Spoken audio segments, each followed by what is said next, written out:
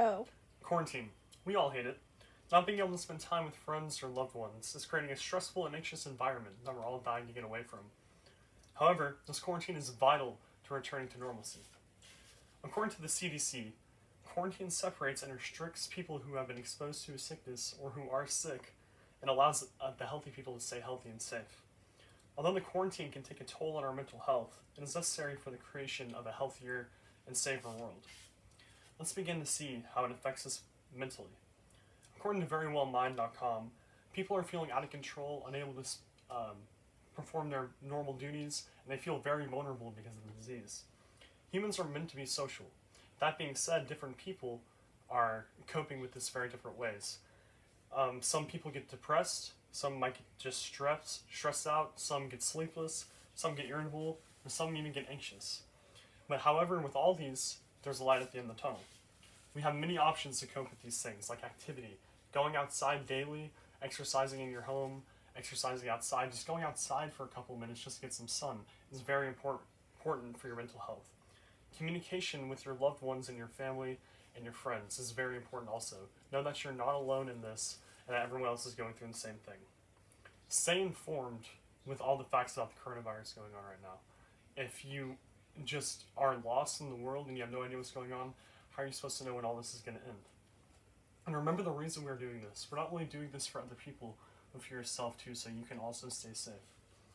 Although it seems like very grim, we have plenty of options to adapt.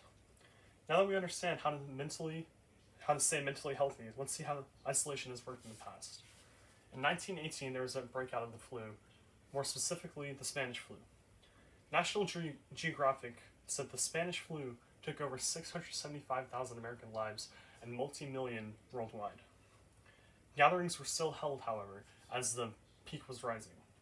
After 8 weeks, hotspots like Philadelphia and New York City realized, wow, we need to quarantine and self-isolate.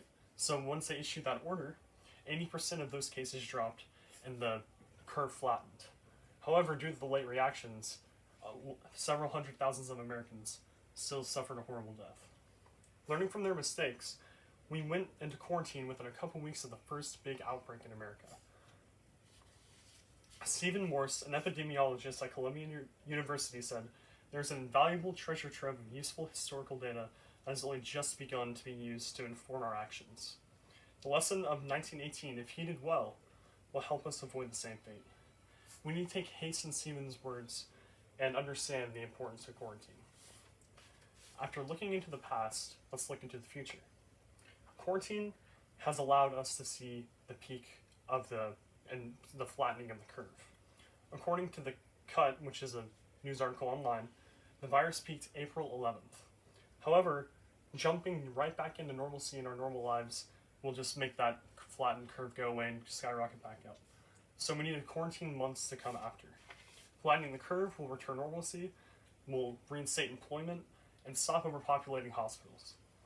Unemployment is tragic, but will continue if we don't obey the quarantine.